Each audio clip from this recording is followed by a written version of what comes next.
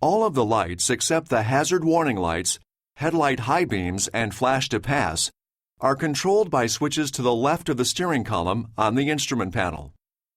Turn the control to the first detent for parking lights. Turn to the second detent for headlights. You can also turn the control to the auto position. In this position, the headlights will turn on or off automatically based on the surrounding light levels. The dimmer control switches control your instrument panel lights, map lights, and other interior lighting. With the parking lights or headlights on, rotating the dimmer control on the left upward will increase the brightness of the instrument panel lights. Rotating the control on the right upward will increase the brightness of your other interior lighting.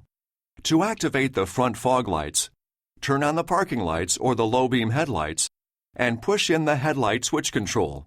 Pressing the headlight switch control in a second time will turn the fog lights off. Please refer to the instruction manuals on the Owner's Information DVD or dodge.com/owners for complete details and other important safety information.